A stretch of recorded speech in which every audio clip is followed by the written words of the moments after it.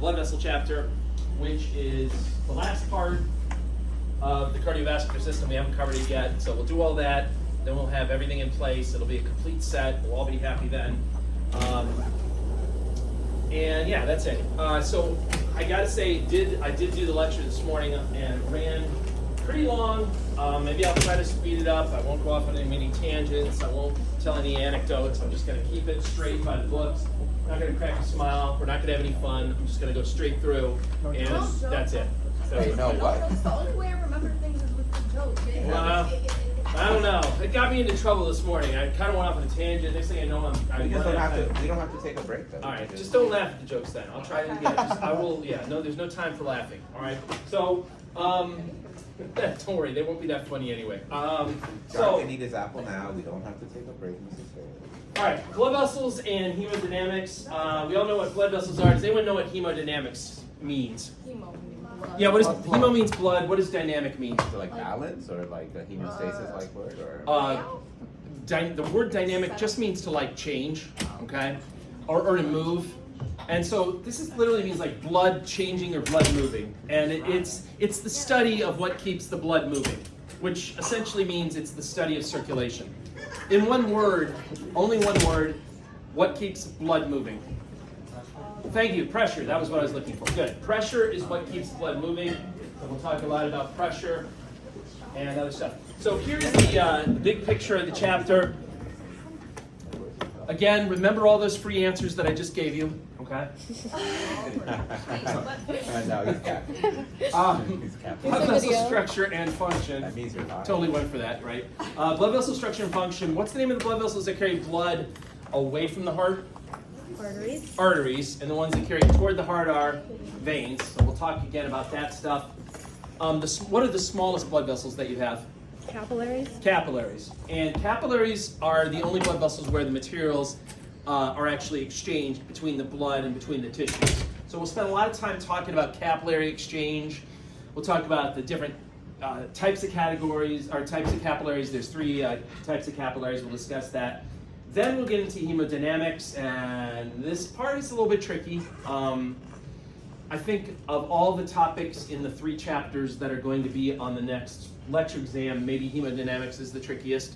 I don't know, I'll try to, it just requires a little bit of math skill and being able to think about math equations a little bit. It's not terrible, but I don't know. You just have to think. And I know we don't like to think. No one likes to think. We have to think a little bit. But we have our phones now, so we'll get there. It's kind of like, so we'll talk about control of blood pressure and blood flow. Anyone remember where where's the cardiovascular center located? Like Westport, where is it? is it up there in the medulla? It's in the medulla. That's right. It's inside the medulla. Not for sure it was in Westport. All right, it's in the medulla. That's where our blood pressure is controlled. And we'll discuss that again, the cardiovascular center. Checking circulation. Where are some places that you can check circulation? Good. Like right here. Yeah, you can check it. Yeah, what is right there? What artery are you checking it there? The ninth artery. That's the carotid that you're feeling right there. What's the one that they check in your wrist? Brachial? Yeah, that's the radial one. You're like on a roll. You're like 100% wrong. Let's see here. What's the one you test right here? Did anyone know what that one is? That's the femoral artery. That's a big one. I'm just busting you. All right, I'm sorry. Shock and homeostasis. What's shock? Anyone know? Besides what you get when you look at your course grade. What is shock? Shock is basically a failure of the cardiovascular system to do its job. Its job primarily is to deliver important materials to your body, especially oxygen and glucose. And when it's not doing that, you're in shock. And there's different types of shock, and we'll talk about that. That's where we'll stop for today. We'll save the circulatory routes and blood pressure problems for next week. We're gonna really kind of get into the circulatory routes in lab today. And I gotta be honest, I mean, the lecture ran so long this morning that basically lab just kind of felt like lecture. I mean, I really sort of just segued into reviewing for the lab. It's probably what's gonna happen in this class. I'm just giving you a warning, but anyway, we'll see. All right, so here we go.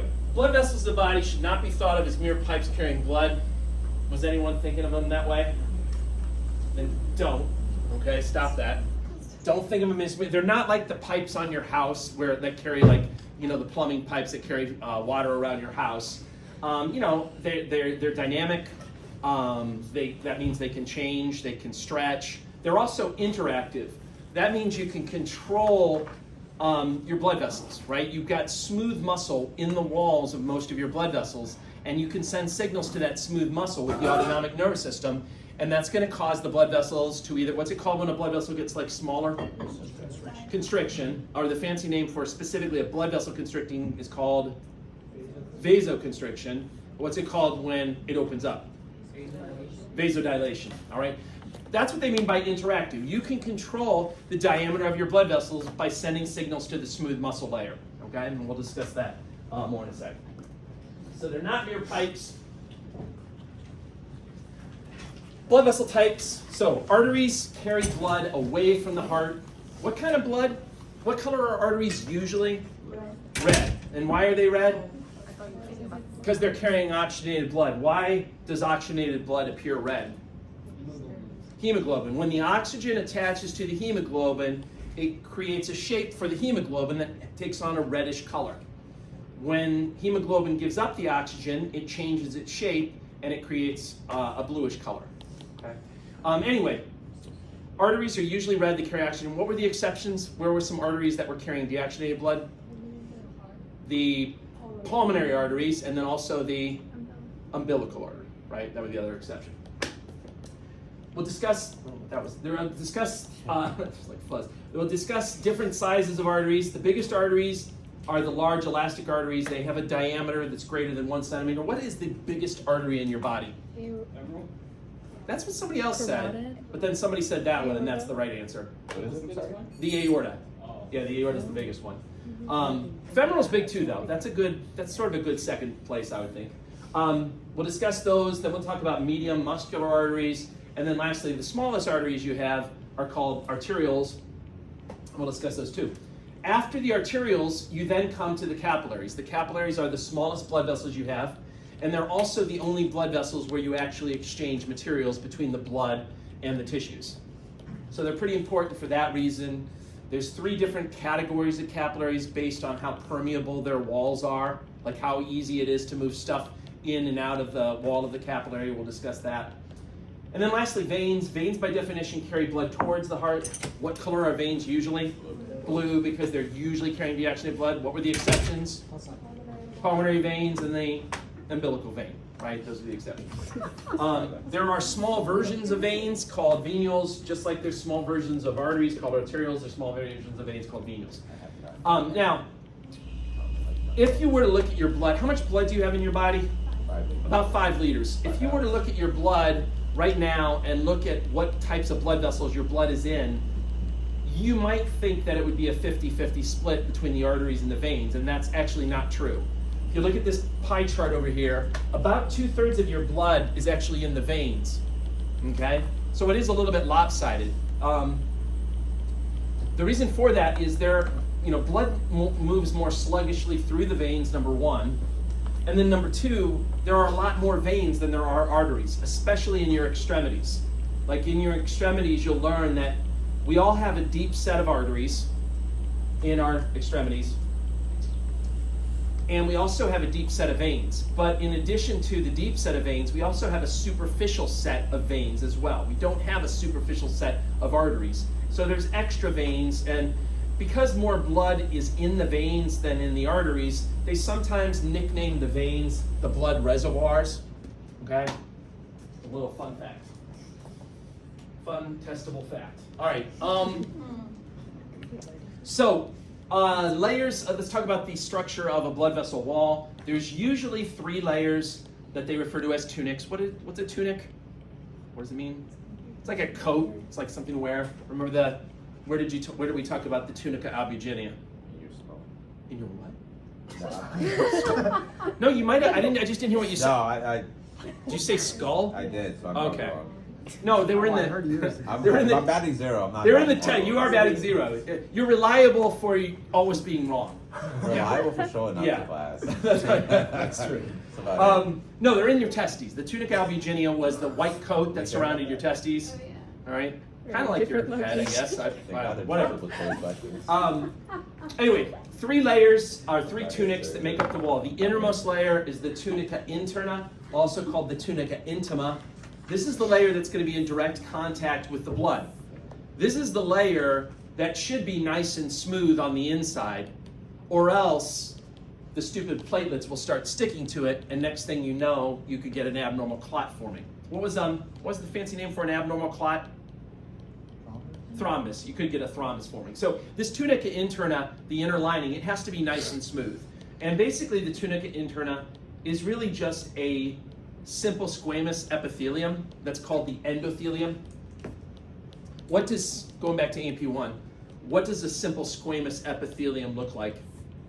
One layer round cells. One layer of what kind of cells? Like roundish, No. egg-shaped, They're flat. flat. One layer Oh, yeah. of flat cells. So the endothelium is really, really thin because there's just one layer and because they're flat, okay? The next layer that you have is usually a lot thicker. It's called the tunica media, and this is sort of a good memory trick. Media starts with an M, and so does the word muscle. That's where you find most of the smooth muscle. And when you see smooth muscle, you should think control. Because where you have smooth muscle, you can send signals from the autonomic nervous system to it to cause that smooth muscle to contract or relax, and that's going to either constrict or dilate the blood vessel. Okay, so think control when you see the smooth muscle in the tunica media. And then lastly, the tunica externa is the outer layer. It's made up of elastic and collagen fibers. Its job is basically to hold the blood vessel in place, anchor it to other tissues. Okay? So here's a diagram of an artery on the left and a vein on the right. Who has the, just looking at that picture, who has the thicker wall? The artery has the thicker wall, right? The vein has a relatively thin wall. The artery has the thicker wall. That's something to bear in mind when you look at microscope slides. When they cut blood vessels, because of the thicker wall, arteries tend to hold their shape better and they'll appear more roundish or maybe a little bit ovalish. Veins, on the other hand, because of the thin walls, they can sometimes collapse when you create the slide, and they have kind of weird shapes then when they collapse. Okay. Regardless of the fact, though, that veins, by the way, why do arteries have thick, we're going to get into this more, but why do arteries have thicker walls and veins have thinner walls? Exactly. Arteries have to withstand more pressure than veins do. Arteries are feeling the full force of the squeezing of the heart. They're on the high pressure side of your circulatory system. Pressures on the artery side are very high, so the blood vessels there have to have thick walls to withstand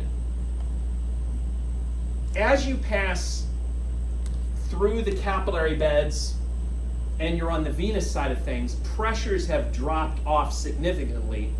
And so the venous side is a much more low pressure system side of things, and so the wall doesn't need to be as thick. But regardless, notice that even though the wall's not as thick, you still have those three layers. They're just thinner in a vein. You still have the tunica interna, the tunica media, and the tunica externa. Okay. All right, let's talk about the arteries first. The biggest arteries you have are called elastic arteries. Why are they called elastic arteries? Elastic fibers. Because they have a lot of elastic fibers in their wall. The thing that's weird about elastic arteries, well, maybe not weird, it's just a fun fact, they don't have smooth muscle. So you really can't control the diameter of your elastic arteries. They're great at stretching and then recoiling back to their original size because of the elastic fibers, but you can't exert control with your nervous system over them because they don't have smooth muscle in their wall. The best example by far of an elastic artery is the aorta. The aorta is absolutely huge. It's the size of like a garden hose. The walls of the aorta or any other elastic artery, they're actually kind of thin compared to the overall size. The elasticity has an important function for the aorta. When blood gets pumped out of the left ventricle, the blood is going to move up into the ascending aorta, and that's going to cause the walls of the aorta to stretch. And then because they're elastic, they'll naturally squeeze back, and that'll kind of propel the blood then forward. So there's kind of this built-in sort of mechanism that's moving the blood forward, or at least causing it to pulse forward. Obviously, some of the blood would try to move back, but that's going to then cause the aortic valve to slam shut, so it's going to then be forced to move forward. Next size arteries you have are called muscular arteries or distributing arteries, and they got that name because they do have a significant amount of smooth muscle in the tunica media. So therefore, you can exert control over these guys by constricting or dilating. Examples of those include like the brachial artery in your arm, or the radial artery that's in your forearm, or some of the like the femoral or some of the other ones that are in your legs.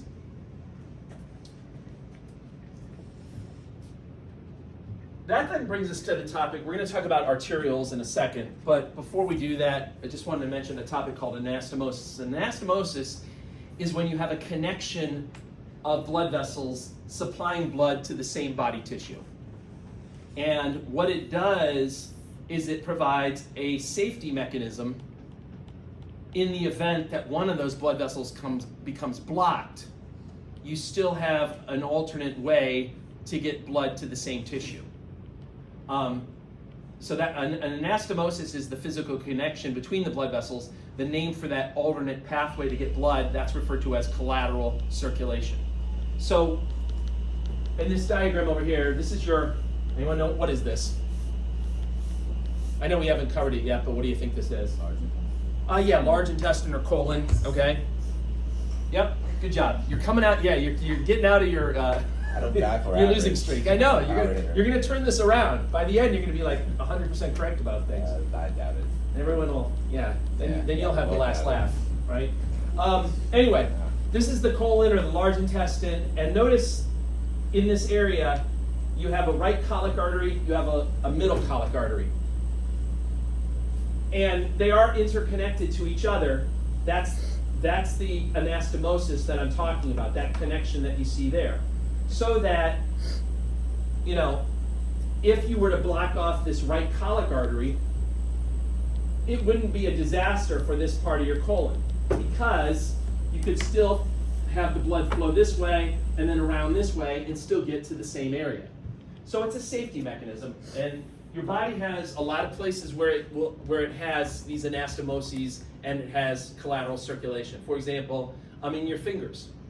You got your radial artery coming down the lateral side, you got the ulnar artery coming down the medial side, and then in your palm they form an arch where they interconnect with each other, and then the branches go off to all the fingers. So that in theory, if you blocked either the radial or the ulnar, you'd still be able to get blood flow to all your fingers. Okay? A really good example is in your brain. In your brain, you got your two carotid arteries coming up in the front of your neck. You've got two vertebral arteries coming up in the back of your neck. And they're all going up towards your brain. But the first thing that they do, before they start giving off branches that go to little brain areas, before they do that, the first thing that those four blood vessels do is they connect with each other. And they form a ring, and there's a name for that ring. Anyone know the name of that ring?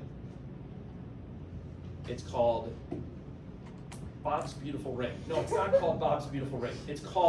It's almost as dumb though. It's called the Circle of Willis. The circle. I know.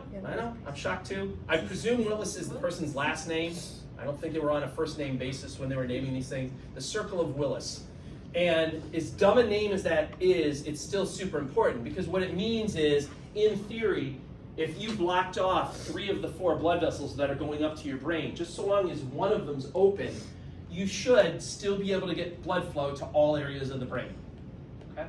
That's the purpose of it. Yes?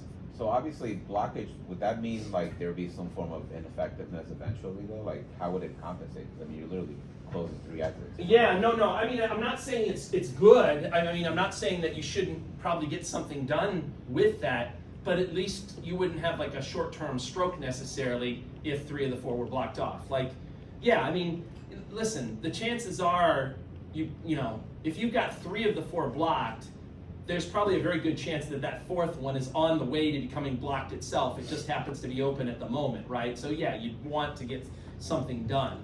But at least in the short term, you know, you're not getting strokes when suddenly one becomes blocked, you know. Would there be symptoms that kind of show up right away? Sure. I mean, you know, you could see somebody sort of maybe acting a little bit screwy or out of it, or maybe almost having like seizure-like activity where they're looking off in one direction or something. There can be mental status changes that you might detect that would suggest that the person's is getting a suboptimal amount of blood flow. Yeah.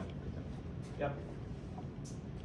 All right. The smallest arteries you have are called arterioles, and they're sometimes referred to as resistance vessels because they create essentially the resistance that's built up in your circulatory system. Now, we'll discuss resistance when we talk about hemodynamics, but resistance is what goes against pressure in terms of making blood flow. Pressure makes the blood flow, and then resistance is a factor that goes against that blood flow. Resistance is important though, because you do have to have some resistance in the system to keep the blood pressure up high enough to kind of keep enough pressure to keep the blood. So they're all interrelated to each other. So you do want some resistance. It's just a matter of how much resistance. And these guys play a big role in controlling that. And they're also the big spot where you have that drop off in pressure. When you're in the arterioles and when you're in the arteries, it's very, very high pressures.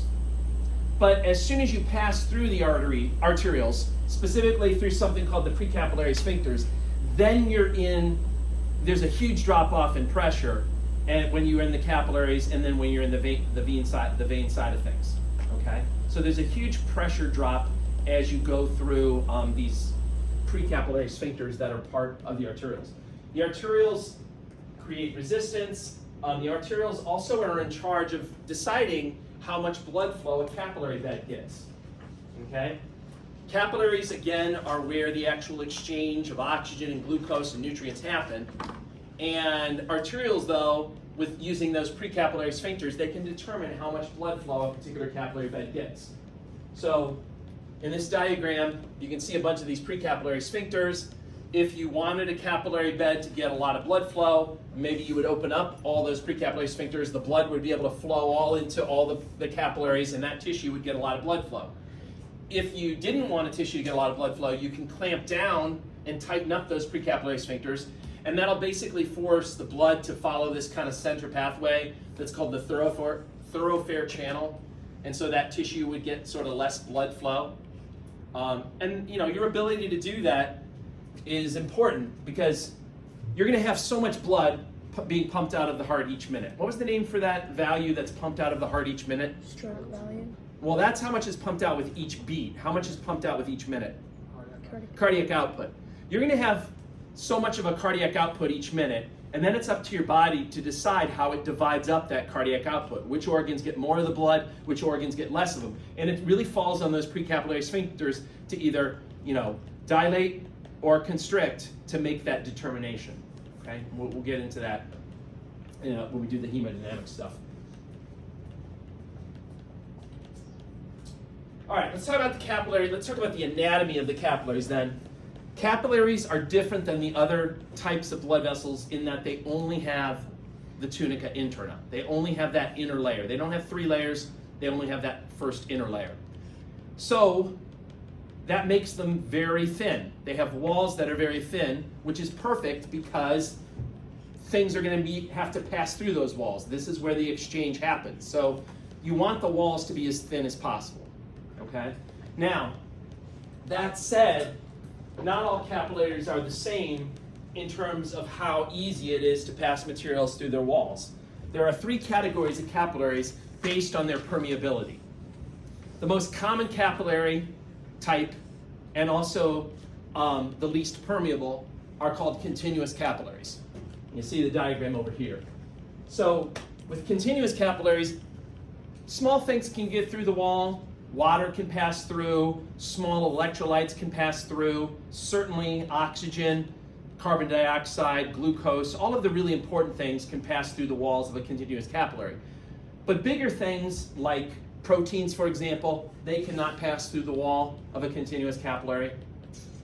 Okay? If you need things like proteins to be able to pass through the wall, then you'll have an organ that has what are called fenestrated capillaries. Anyone take French in class? I didn't speak French. I took it in high school. I don't know. Anyway, I think fenetra meant window. Anyway, these capillaries have little holes in them. And these little holes are called fenestrations, and that came from the French word for windows or whatever. Basically, those holes allow larger substances to pass through that you wouldn't be able to get to pass through the wall of a continuous capillary. So here, proteins can actually pass through the wall of the fenestrated capillary. Okay? So you're going to have these in places where you need bigger things to pass through. So for example, the villi of your small intestines. Okay, the small intestines are where you absorb the nutrients from the foods that you've digested. Some of those nutrients are fairly large in size. So in order to get them into your blood vessels, you need a capillary that has big enough holes in it that'll allow them to come in. Okay?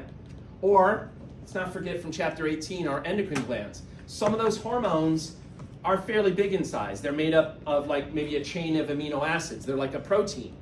If you want to get those to get into your blood, which you need to do with an endocrine gland, right? It makes sense to have capillaries there that have big enough holes that allow that hormone to get in. Okay? Lastly, and the most porous, are the sinusoids. These are reserved for places where blood cells actually need to be able to move through the wall. Where you need to get blood cells in or out of the capillary, you're going to have sinusoids. So if you recall from the blood chapter, first of all, how long did red blood cells live? 120 days. And where did they die? I'll give you a hint. It's on the board up there. Where did red blood cells die? The liver and the spleen. Okay? Remember, there are old age bouncers in the liver and the spleen that are like, you're way too uncool to come into this organ anymore. You're super old. You're making references that no one understands, so we are going to kill you. Okay? We are going to destroy you. And so, in order to take the red blood cells out of the circulation, you have sinusoids in the liver and the spleen so that the red blood cells can actually pass through the walls where they get destroyed by those macrophages that are in the liver and the spleen. Now, if you think about it, where else do you think, it's not listed here, but any guesses where else you might see sinusoids because you need to get blood cells to pass through the wall? Somebody said it was? I thought it was. Bones, in the red bone marrow, okay? That's where you make all your blood cells, right? You got to put them into the circulation somehow, so you need to have sinusoids there that have these big spaces in them so that the blood cells can move into the circulation. All right, that's capillaries. We're going to come back to the exchange that takes place, the physiology of the exchange. We're going to come back to that in a moment. But first, let's talk about veins. Veins have thin walls. Why? Because they don't need thick walls, because there are lower pressures on the venous side of things. As an example, if you were to measure the pressure inside little arterioles, in other words, before you go through that precapillary sphincters that I mentioned, if you measured the pressure there, it'd be about 35 millimeters of mercury. But once the blood squeezes through those precapillary sphincters and is in the capillaries and then into the veins, there's a huge drop-off in pressure. And you're down to about 16 millimeters of mercury when you're in the venules. And then as you come back closer to that, what was the chamber where all of the deoxygenated blood gets dumped? Right atrium. As you come back towards the right atrium, the pressures are going to drop further and further. So that as you're sitting outside of that right atrium, either in the superior vena cava or the inferior vena cava, the pressures there are going to be like 1 to 2 millimeters of mercury. So I'll show you the diagram of this in a second, but basically there's one big pressure gradient inside your circulatory system. The highest pressures are right outside that left ventricle when you're in that aorta that's going up.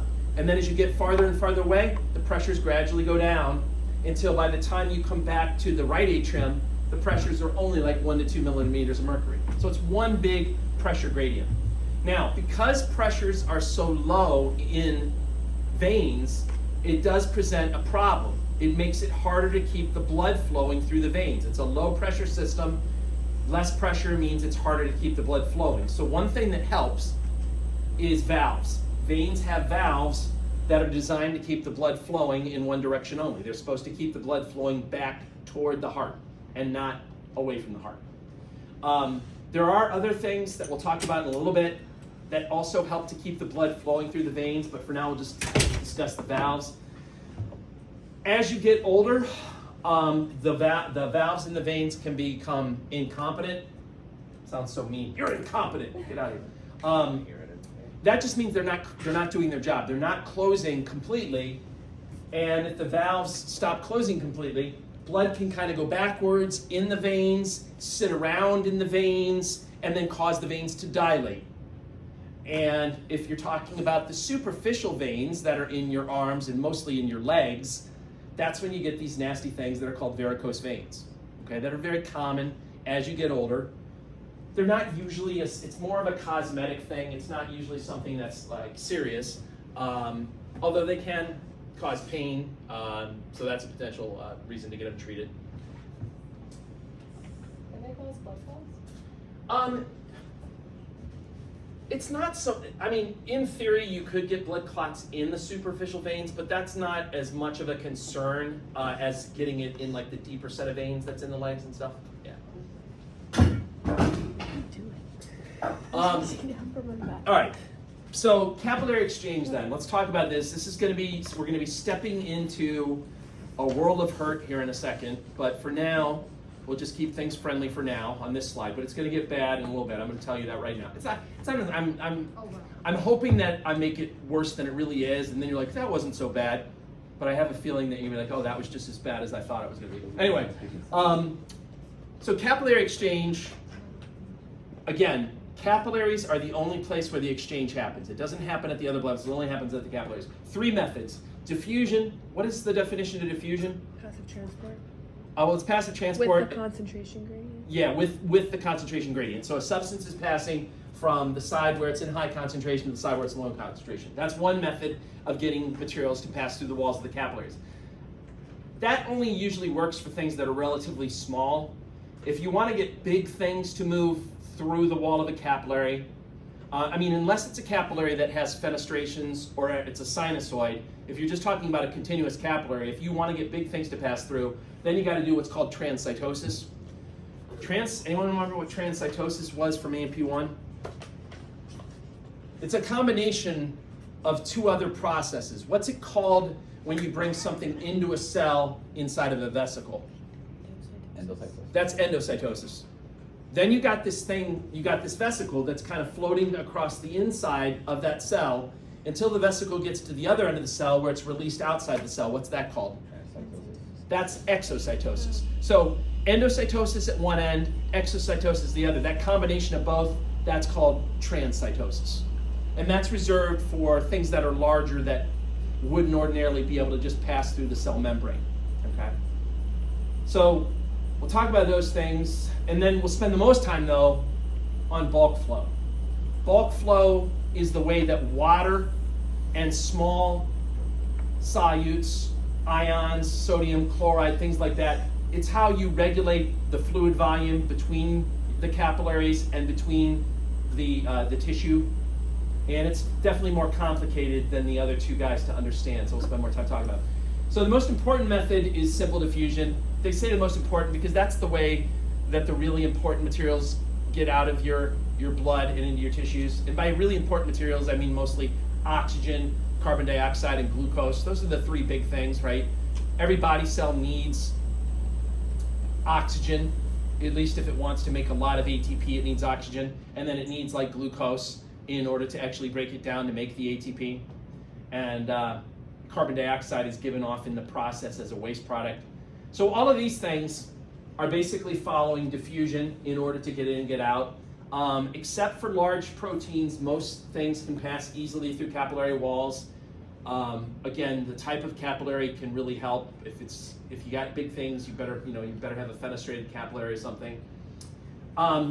Keep in mind that diffusion is a lot harder in the brain because of the blood-brain barrier. What was the purpose of the blood-brain barrier? Yeah, to prevent potentially harmful things that are in the blood, prevent them from getting into your brain tissue. And anyone remember what created the blood-brain barrier? Astrocytes. Thank you, astrocytes. I'm telling you, You've really Turn turned it this around. Just gotta Yeah. get up a little bit, you know? I feel like you maybe should just stop because I'm so worried that you're gonna go back down. Yeah, but Bad style. yeah, I don't know. Like you maybe leave on a high note, just like check out, be like I'm out of here. Call me credit off. Yeah. Anyway, yeah, astrocytes created. The other thing that creates it are tight junctions between the endothelial cells. Okay, both of those things are creating the blood-brain barrier. And again, I mentioned for things that are larger, if you don't have a fenestrated capillary, if you've got something larger and you want to pass it through a continuous capillary, then you have to do transcytosis, which basically means engulfing it at one end with endocytosis, moving it across the inside of the cell as a vesicle, and then on the other side of the cell, releasing it using exocytosis. All right, now, this is when we get into some nitty-gritty physiology. Bear with me. I hope this isn't too terrible, but bulk flow is how you regulate the volume between the blood and the interstitial fluid. Like how much fluid do you have in the blood versus how much fluid do you have in interstitial tissues. That's this process called bulk flow. And I'm going to start by drawing a diagram up here.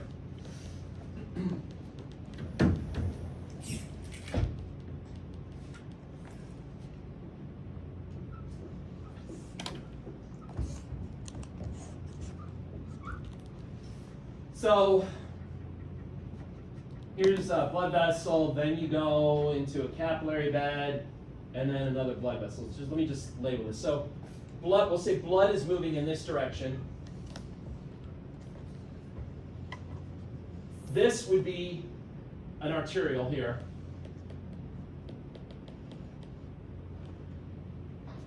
This is going to be the capillary. This squiggly stuff I did is supposed to be the capillary bed. And then this over here leaving would be the venial.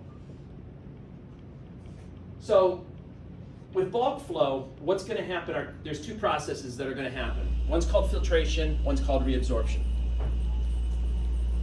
Filtration is when you move fluid through the walls of the capillary into the tissue, into the interstitial space, right? And when you're at the arterial end of the capillary bed, that's where the filtration is mostly happening. So at this end, a lot of fluid, water, small solutes like sodium and chloride, they are leaving the blood vessel and going into the tissue. So I'm going to just draw an arrow that looks like this. That's filtration. And that's happening at mostly the arterial end of the capillary bed. Now, as the blood goes through the capillary bed, by the time you reach the venial end of the capillary bed, most of that fluid that left from filtration is going to come back into the blood vessel. And that return of that fluid, that's referred to as reabsorption. So by the time you get down here,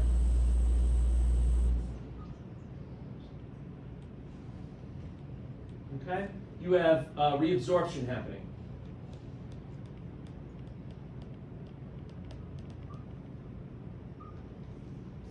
Okay.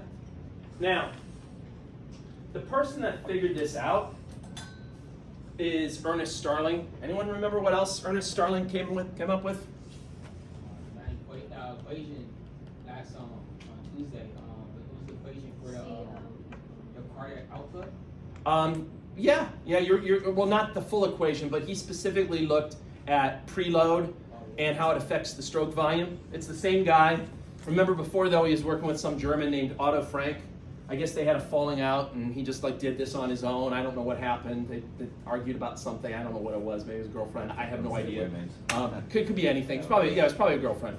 Anyway, so he came up with this thing called the law of the capillaries, and he's the guy that basically figured out how this works. So when blood goes into a capillary bed at the arterial end, a lot of fluid is going to be moved out of the capillary and into the tissues. But as the blood progresses through the capillary bed, by the time it gets to the venial end, most of that fluid has been reabsorbed back into the blood vessel. Okay? What causes these things to happen, filtration and reabsorption, are different types of pressures. And there's two types to concern yourself with: hydrostatic pressures and osmotic pressures. Hydrostatic pressures are pressures that are created when you try to put some kind of a liquid into a container. Anytime you put a liquid into a container, because of gravity and other things, it's going to push on the walls of that container. Okay, that liquid is going to put pressure on the walls of the container that's trying to contain it.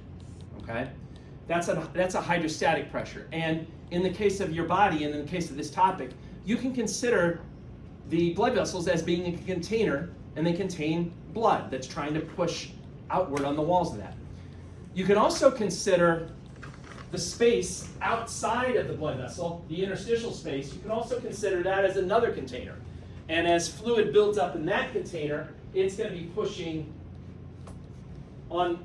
back on the walls of the blood vessel. So fluid inside the blood is going to basically be trying to sort of get out. Fluid that builds up in the tissue is going to be sort of trying to get into the blood vessel. Okay, that's hydrostatic pressures. It's due to the buildup of fluid inside of containers. Osmotic pressures are due to solutes that are stuck on one side of a membrane or another. And what that does is it creates differences in solute concentrations that are hard to correct except for water moving. So osmotic pressures are when you basically are forcing water to try to move to correct the situation, because you have a solute that's stuck on one side of a membrane or another that can't pass through the membrane, all right? And in the context of what we're talking about now, there's going to be two osmotic pressures. There's going to be a blood osmotic pressure due to large proteins that are trapped inside the blood vessel. Things like, anyone, what was your most common protein that you have inside your blood? Albumin, but then you also have things like globulins and fibrinogen. They're all stuck inside the blood vessel, so they're creating a blood osmotic pressure that's going to tend to draw fluid into the blood vessel. And then at the same time, in theory, you could have an interstitial fluid osmotic pressure due to large solutes that are stuck out here in the interstitial space. And that would be a pressure that would be trying to draw the fluid out of the blood vessel and into the tissue space. So here's what it looks like. There's two hydrostatic pressures. There's the blood hydrostatic pressure, and then there's the interstitial fluid hydrostatic pressure. And then there's two osmotic pressures. There's the interstitial fluid osmotic pressure, and there's the blood colloid osmotic pressure. You can just call it the blood osmotic pressure. And all these pressures are going to be trying to move fluid either into the blood vessel or out of the blood vessel. And here on this slide, they're grouped together based on the direction that they're trying to move the fluid. So this pressure and that pressure, they're trying to move fluid out of the blood vessel. They're promoting filtration, okay? These two pressures, on the other hand, are trying to move fluid back into the blood vessel. They're promoting reabsorption. And you gotta consider all four of these pressures when you wanna figure out which way the fluid is gonna move. And it basically is a battle. These two pressures are fighting these two pressures. And whoever wins determines which way the fluid moves, okay? And there is a mathematical formula that I'll show you in a moment that helps you to figure this out. It's really simple. You basically just add these two pressures together and you subtract from it these two pressures. And if you get a positive number, that means that these two pressures were greater than those two pressures. And in other words, these guys won. And so you have filtration happening. If you do the same math problem and you get a negative number, that means that these two guys were greater and they won.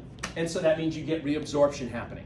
And you have to do that math problem at the arterial end, and then you have to do it again at the venial end.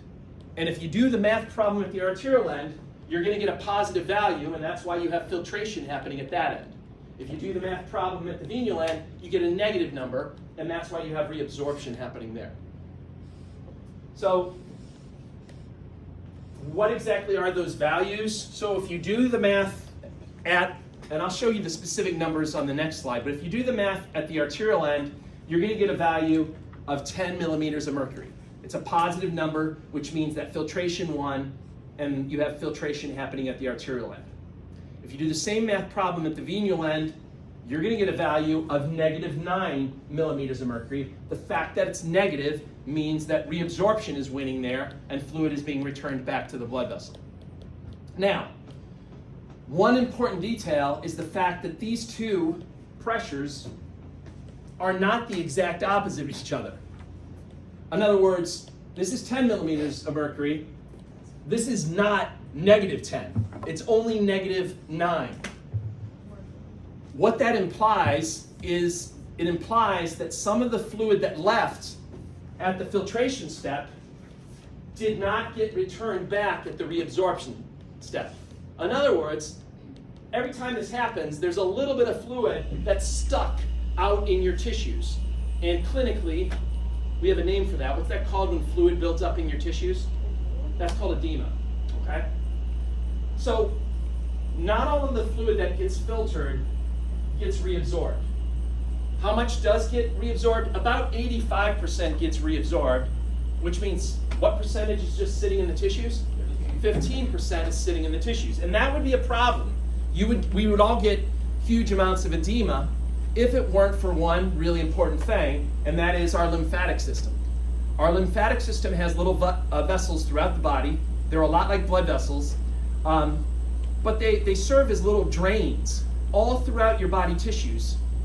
And their purpose is to collect that 15% of fluid, and eventually they return it back to your blood. What happens is all of the lymphatic vessels, they all come together and they dump the fluid back into your subclavian veins, which are up kind of at the base of your neck.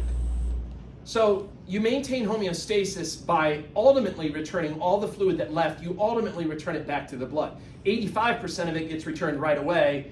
15%, it just takes a little bit longer because you have to rely on the lymphatic system to pick it up and then dump it back in. Okay? So here's a picture of it. Now they didn't draw the squiggly line in that I did for the capillary bed, bless you. But basically, if you want, like right in here would be the capillary bed. So this is the arterial end of the capillary bed. This is the venal end of the capillary bed. And this is the math problem that I'm talking about, okay? Now, what I don't like, I kind of wish they did the math problem over on the side, because the way they drew it, it kind of looks like these two pressures only apply here, and then these two pressures only apply there. That's not true. You're doing this math problem at both ends. So the math problem is you add together the two guys that promote filtration, and you subtract from it the two guys that promote reabsorption. And in the red here, they're showing you what happens when you do that math problem at the arterial end. And as I told you, you get a value of 10 millimeters of mercury. The fact that it's positive means that filtration won, and you're getting filtration happening at the arterial end. You do the exact same math problem at the venous end, and now you're getting a value of negative 9 millimeters of mercury. The fact that it's negative means that reabsorption won, and the fluid's being returned back. The fact that these two are not the exact opposite of each other implies that some fluid is still remaining in the tissues, and that's where you're happy to have these lymphatic capillaries that will catch that fluid that didn't get returned, and eventually they'll return it back to the blood at the subclavian veins, okay? Now, the only thing I didn't address on this is why does the value change? Why is it 10 millimeters of mercury at the arterial end, and why is it negative 9 at the venous end? And if you examine these numbers, compare these numbers with these numbers, you'll see that 3 of the 4 numbers didn't change, right? This thing, which is the interstitial fluid osmotic pressure, that's the same at the arterial end, and it's the same at the venous end. Oh, you're gonna get a break, because I have a yellow shot. Hold on a second. Sorry, almost tripped up here. Oh, shit. He's gonna be really good time. That means I've been lecturing for 50 minutes. Oh my god. Okay. This is super exciting. Yeah, he likes to stand in. I'm really not good at focusing today. I'm just you're distracting me, I think. Oh my god. It's like the last day of the week. John, cut that out. Okay. Thank you. Thank you, John. Okay. That was right. Yeah. That was right. Conversation. Okay. So that one didn't change, right? The interstitial fluid osmotic pressure is still the same. The blood colloid osmotic pressure, 26 there, 26 to there. That didn't change. The interstitial fluid hydrostatic pressure, 0 there, 0 there. That didn't change. The only thing that's changed is this first guy, the blood hydrostatic pressure. It's 35 when you come into the capillary bed at the arterial end. But by the time you go through those precapillary sphincters and you squeeze through there, the pressure really drops off so that by the time you're at the venous end, it's only 16. Okay? That's what makes the difference here. It's that one factor changing from 35 to 16 that makes the difference. All right. Any questions about that? So are these the values that your body normally has? Mm-hmm. I was gonna say, there's no changes to these numbers at all, right? Like, unless things go. I mean, wrong. in one person or another, there might be some slight variance, but this is like a good Like the sort of normal standard. value for these. Yeah, yeah. I mean, you know, the important thing is that the venous end should always be a negative value, and the arterial end should be a positive value. Yep. So this is obviously a silly question, but these numbers are gonna show up in future quizzes and tests, right? Yes, they could. Yeah, I mean, I'm not gonna pull out random numbers for this or whatever. Yeah. So these are not random, right? They are not random. No, there's a very good likelihood that these numbers will show up. Just memorize everything and you'll be fine. Okay, that's all. That's the statement for the course. Memorize everything and you'll be fine. Lovely. All right. Any questions about bulk flow? Okay, let's talk about hemodynamics now. This is basically the study of circulation. What keeps blood flowing again? What makes blood flow? Pressure? Pressure. Pressure, pressure, pressure. Everyone's always hating on high blood pressure. Oh, he's got high blood pressure. That's terrible, right? Far worse than high blood pressure is low blood pressure. You gotta have some pressure to keep the blood flowing. It's super important, okay? Blood flow is the volume of blood that moves through the entire body or a specific organ during a given time. Total blood flow, which we'll talk about in a second, total blood flow is just the same thing as cardiac output. And so if you calculate stroke volume multiplied by heart rate, that's your cardiac output, or it's also known as your total blood flow. And when you're at rest, that value is going to be about equal to what your blood volume is. So about 5 liters per minute is a typical total blood flow or cardiac output for a person. All right, we'll talk about total blood flow more in a second. So pressure is what keeps the blood moving, and this is the diagram that I talked about. This is showing you a graph of the different pressures as you leave the left ventricle. And it's one big pressure gradient, right? Here's the aorta, right? Blood's coming up from the left ventricle. That's where you have your highest pressure. As you move away from the heart, the pressures are going to go down. Now notice that while on this diagram, when you're in the pink area, that's the artery side of things. Notice while you're in the artery side of things, it starts to go down a little bit, but it still stays pretty high until you get to the arterioles. And they're called the resistance vessels. And they have those precapillary sphincters that are really tight. Once you pass through the precapillary sphincters, there's a huge drop off in pressure, and that's why this thing goes down so quickly like that. So that by the time you're in the capillaries, which are in purple, it's very low pressure. And then by the time you're in the veins, it's even lower pressure. Okay? But the important thing is, it's one big pressure gradient. Highest pressure is right in that aorta as you left the left ventricle. Lowest pressure is in those big veins that are sitting outside of the right atrium. Okay? Now, the guy that goes against pressure is resistance.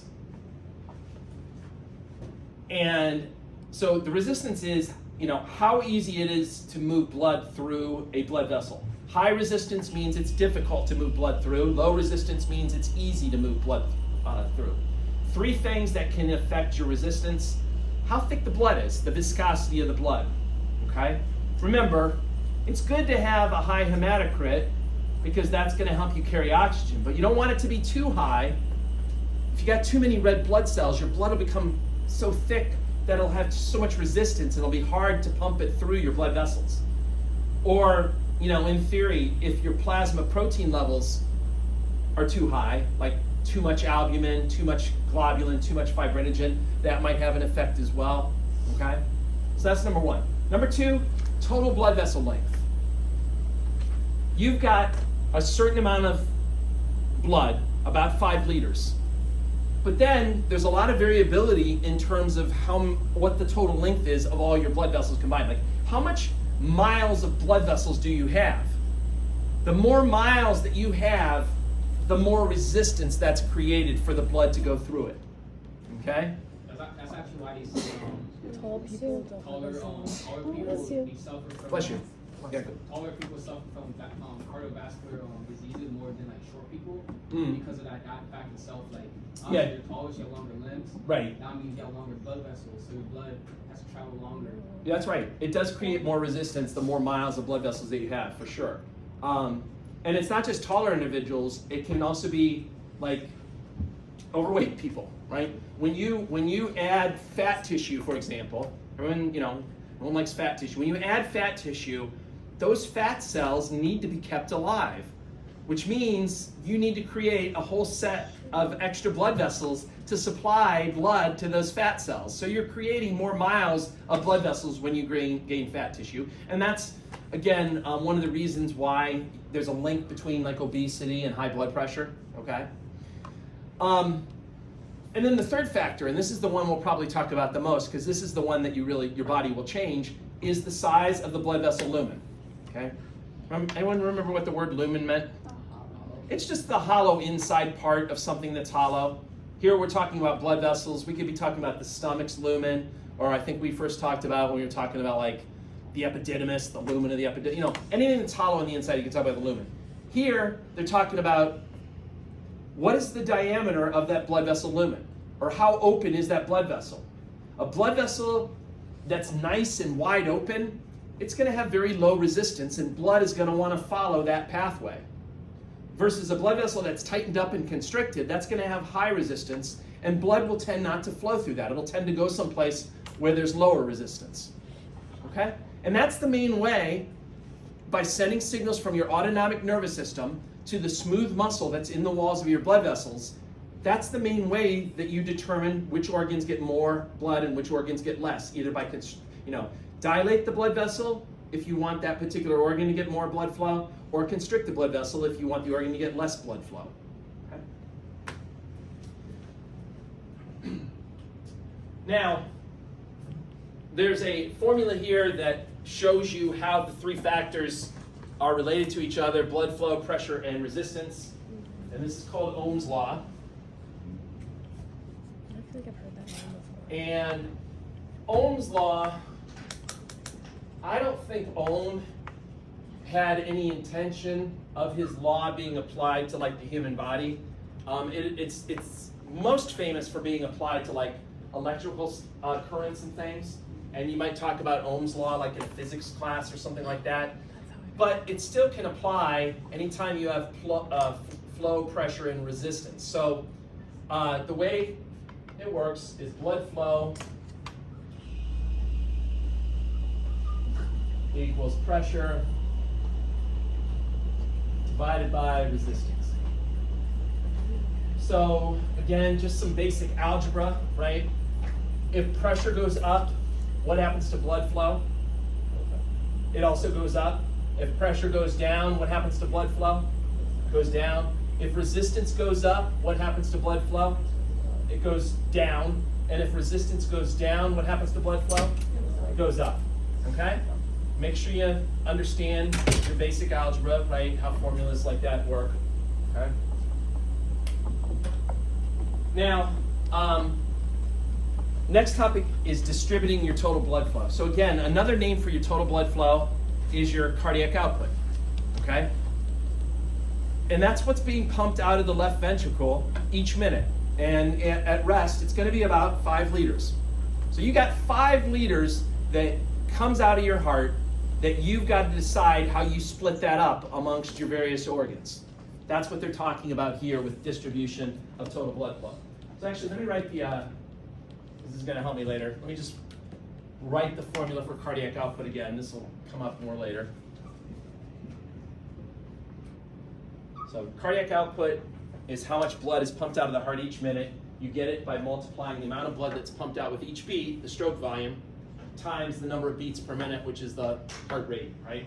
So notice over here, they're showing you that your cardiac output, or your total blood flow, whatever you want to call it, is, they converted it to milliliters to make it a little easier, 5,000 milliliters per minute, okay? That's what's coming out of that left ventricle. Now, where and how much of that goes to each organ is up to your body. And if you want, like I said before, if you want an organ to get more blood flow, you will dilate the blood vessels that go to that organ. That will reduce the resistance and blood will tend to flow that way. If you want an organ to get less blood flow, you constrict the blood vessels that go to it. That'll increase the resistance and less blood will go that way. So in this thing you can see they sent 700 milliliters to the brain, 225 to the coronary, 1,000 to the kidneys, 1,250 to the GI system, 1,450 to the skeletal muscle, and 375 to the skin. If you added those up, they would equal 5,000, right? Okay. You know, a good example of distributing blood flow is your fight or flight response. When you're fighting off a problem or running away from a problem, you're going to have to rely on your skeletal muscles, right? Whether you're running or you're fighting, you're going to have to use your skeletal muscles. So guess what? You're going to want to dilate the blood vessels that go to your skeletal muscles because they're going to need a lot of, you know, oxygen, glucose delivered by your blood, so you want to increase the blood flow to them. On the other hand, again, I always use this example, you know, when you're running away from that bear, you shouldn't have like a cheeseburger in your hand, like, oh my God, that looks so dangerous when you're running away. You're not using your digestive system. So decrease the blood flow to things like your stomach and your intestines, etc., right? Send more of it to like your skeletal muscles. So you'll constrict the blood vessels that go to your digestive organs and you'll dilate the ones that go to your skeletal muscles. Any questions about that? Jesus Christ. Look at that slide. What was that for? Did you freak out a little bit? 500 words on there. Oh, this one? Oh, that's what it is? Oh, it's the slide. Oh, I'm sorry. Just memorize everything. A lot of verbiage. Yeah, just memorize everything and you'll be okay. Well, anyway, all right, so let me explain this slide. Yeah, it's kind of a busy slide. I never got that response, but it's kind of a busy slide. The drama. Yeah, I know. So when you're at the hospital or wherever you end up working, doctor's office or whatever, you're invariably going to be asked about a patient's blood pressure. When's Mrs. Smith's blood pressure? What's about? Go check Mr. Jones's blood pressure. Blah blah blah blah. In the hospital setting, when somebody says blood pressure, 99 times out of 100, they're referring to the person's arterial blood pressure. Okay? They just say blood pressure, but they mean the arterial blood pressure. And the arterial blood pressure is the pressure in your arteries. Duh, right? The determinant of your arterial blood pressure, it's actually very easy, at least I think it's easy to understand. Your arterial blood pressure is simply related to how much blood is in your arteries. The more blood that's in your arteries, the higher your arterial blood pressure is going to be. The less blood that's in your arteries, the lower your arterial blood pressure is going to be. Just remember that. The more blood that's in the arteries, the higher the arterial blood pressure. The less blood, the lower. Now, we'll get to that in a moment. But when you ask somebody their blood pressure, hey, what's your blood pressure? It's a great pickup line, right? Yeah. It works great in the geriatric dating scene. What's your blood pressure? And they'll give you like two numbers, right? They'll be like blah blah blah over blah blah blah, right? They're telling you, 110 over 70. What's the 110? That's called the systolic. That's the pressure when the heart is squeezing. So on this graph over here, you see how this red line's going up and going down, right? That would be the top part where it's peaking. That's the systolic blood pressure. That's the upper number. The lower number that they give you is the what then? Diastolic. That would be this number down here when the heart is relaxed. Okay? I can almost guarantee for the vast majority of you in here, that's the kind of pressures you're going to be dealing with in your clinical careers. The blankety blank over blankety blank. What's the thing? You'll write that down, write the two numbers. Most of you. Unless some of you decide to work like maybe in a critical care unit or an intensive care unit. And when you're in that setting, oftentimes they don't like to deal with the two numbers, and instead they'll convert it into what's called the mean arterial pressure, which gives you one number to work with. And the mean arterial pressure is basically an average between the systolic and the diastolic pressure, so that you end up with just one number. And you can see over on this diagram here, maybe it's a little hard to see, they did try to, in purple, they have a line here that's supposed to represent the mean arterial pressure. Again, when you're inside the intensive care unit, there is so much data being generated. They got all kinds of monitors and devices hooked up to the patient, all kinds of readouts, and sometimes it's just a little bit easier to deal with one number than deal with two, okay? Now, in general, when you take an average of something, what do you do when you take an average of something? You add all the numbers and then divide it by the number of. That's right. You add all the numbers together and then you divide it by how many numbers you added together, right? And you would think that that would apply here, but it doesn't. Yeah, that's why it doesn't. If you do 110 plus 70, what does 110 plus 70 equal? 180. And then there were two things, so if you divide 180 by 2, what do you get? 90. But that's not that, okay? So One has a different. the way that you do it is you have to remember that the heart, this goes back to the cardiac cycle that was in the previous PowerPoint. Based on the cardiac cycle, the heart spends a little bit more time in diastole than it does in systole.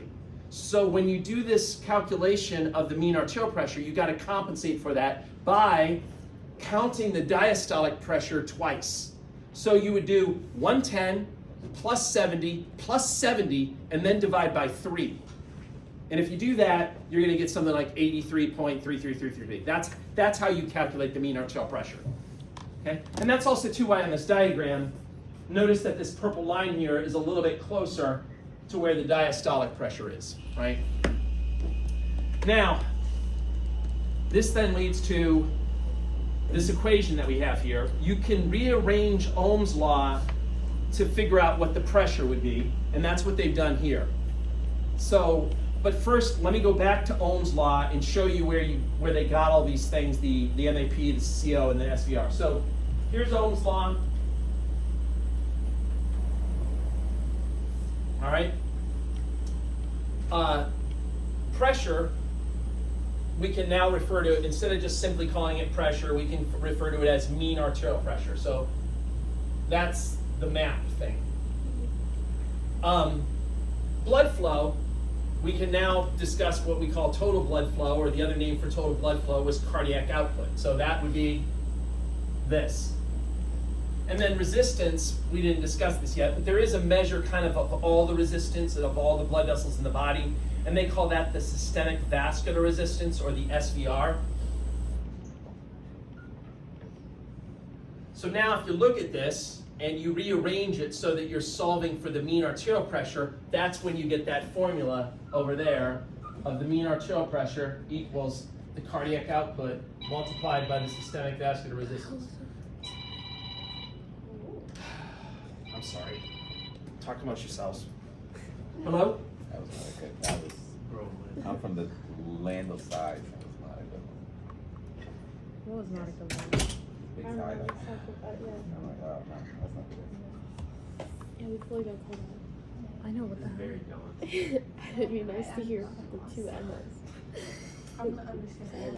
I was looking at the coffee shop thing, but I can't go to any of them. Why? What are the times? It's just Monday, Tuesday, Wednesday, and Tuesday I'm working in the morning before class. And there's also 2 people on each day. Really? So do we need to be there? Probably not. Yeah. Maybe I'll do Do we need to make a Tuesday or Costco run, maybe? We can volunteer. Yeah, maybe we'll get on his good side then. Should I email him and say we can do it? But we always do that, and then we can't. No, I could this weekend. When do you want to go? Sunday? Sunday. I'll email him.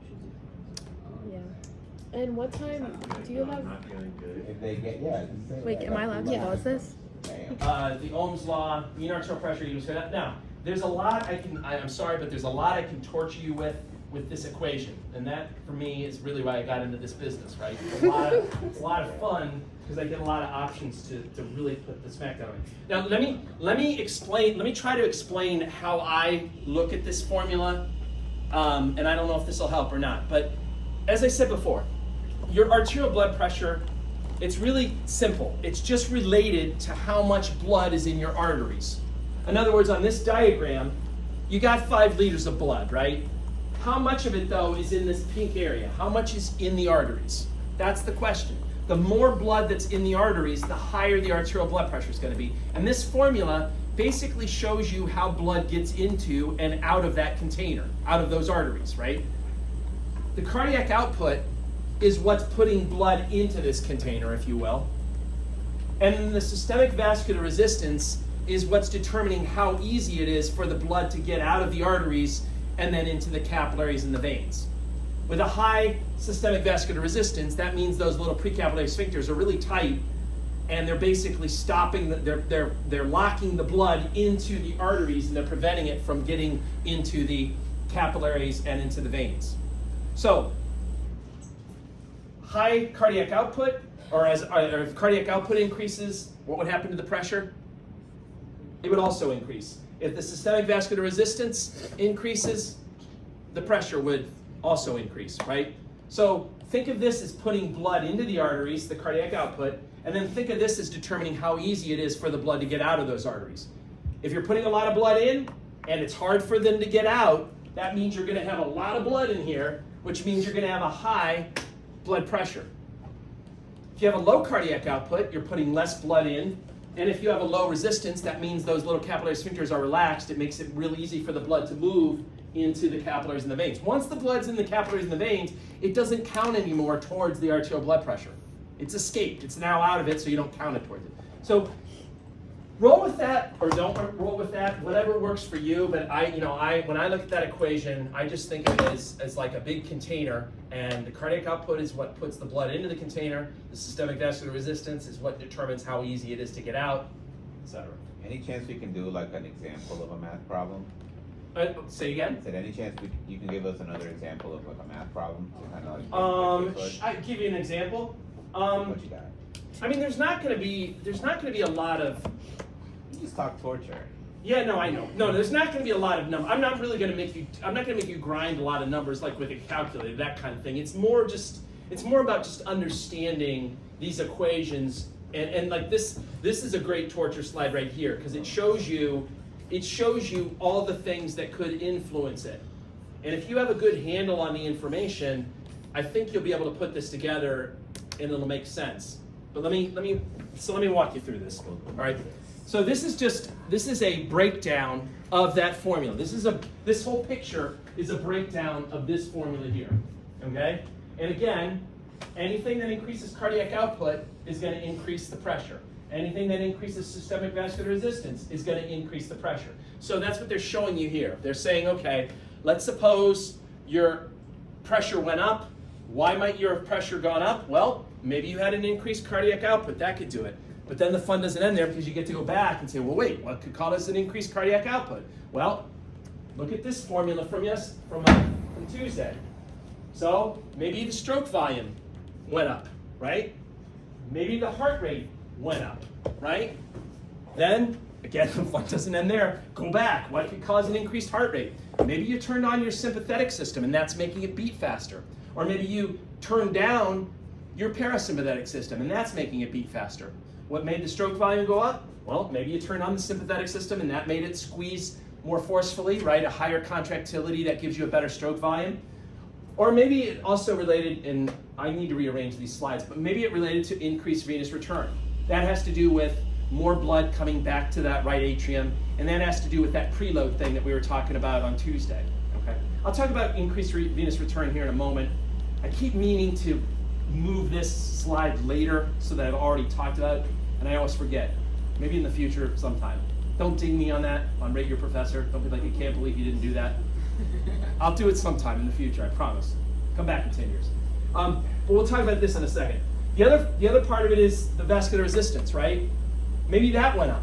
Well, why would the resistance go up? Well, maybe, I don't know, their blood's thicker than it should be. Maybe they decided this was the week that they were going to take injections of erythropoietin, and they went a little too crazy, and they had a super high red blood cell count, right? That could lead to that. Maybe this was the week you said, you know what? I've always wanted to be fat. This is the week I'm going to do it. And you put on extra weight, and now you have more blood vessels. You've got more miles that the blood has to travel. That's going to increase the resistance. Or maybe you just sent signals out to all your blood vessels and they're constricting, right? That would cause increased resistance. So this, I mean, if you can really nail this, I mean, this is a very good start. It's going to be, if you have a good handle on this, it's going to be really hard for me to torture you, right? And that's going to make me sad, but you know what? Protect yourself. You've been warned, okay? Now, the venous return, this is the thing I wish I rearranged the order here. Venous return is just what the name says. How much blood is returning to that right atrium through those veins? What were the, just take a step back, what were the three veins or what were the three things that dumped blood into the right atrium? Superior vena cava. Superior vena cava, and that's bringing blood from where? Upper part of your body, your brachial. Yep, your head, your upper extremities, your chest. Okay, what else? Inferior vena cava, where is that bringing blood Lower from? extremities. Your lower extremities, your abdomen, pelvis, right, etc. And what was the third thing? Coronary The sinus. coronary sinus, and where was that bringing blood from? The heart. The heart itself, right? The coronary blood vessels. So this is what we're talking about with venous return. We're talking about bringing the blood back to the right atrium with one of those three blood vessels. Okay. The amount of venous return is directly related to, or directly impacts the stroke volume. The more blood that comes back to the heart, the more stretched the walls of the ventricles will be, the higher the preload, and then you'll get a better like cardiac output, right? Or an increased cardiac output. Now, the problem with venous return is that, remember, the vein side of things is very low pressure. Low pressure makes it hard to keep the blood moving. I already mentioned the valves, they'll help out, but they can only do so much. They're just there to prevent the blood from going backwards. To further bring the blood back through the veins, you need something called the skeletal muscle pump and the respiratory pump. So what are they? The skeletal muscle pump just refers to the fact that, like, in your arms and in your legs, the veins usually run through your big skeletal muscles. And every time you contract one of those muscles, it's going to squeeze and it's going to kind of melt the blood through those veins. And so that's one of the reasons why, like, when you're on a long flight or something and you're sitting in one spot for a long period of time, it's good to get up and walk around the cabin a little bit to contract those muscles, because that'll help pump the blood through those veins so they're not just sitting there increasing the risk of you getting a blood clot. Okay? So using your muscles, walking around, and by the way, that's one of the first things that they do in hospitalized patients that have had like surgery. They get them up and they try to get them walking through the hallways as quick as possible to keep that blood kind of pumping through, so that's important. The other thing that helps venous blood move is something called the respiratory pump. When you inhale, when you take a breath in, what happens to the size of your thoracic cavity? Does it get bigger or smaller? It gets bigger. All right, sorry. Sit together. They're not going to yell at each other.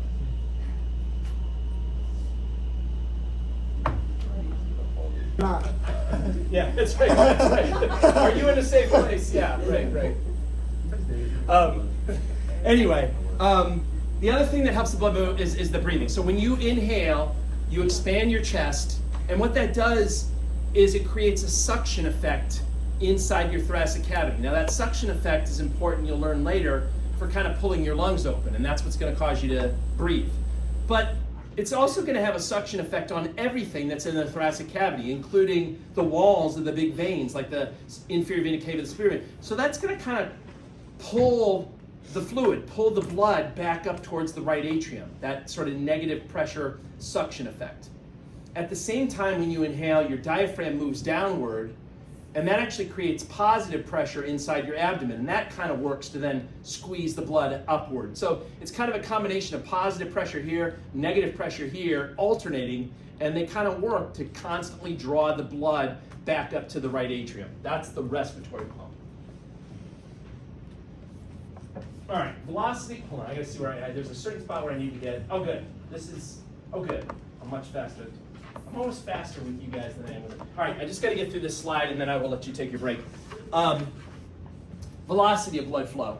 So how fast does the blood flow through the blood vessels? And the answer is, it depends on what the cross-sectional area is of the blood vessels that you're traveling through. And this is what I call the garden hose phenomena, right?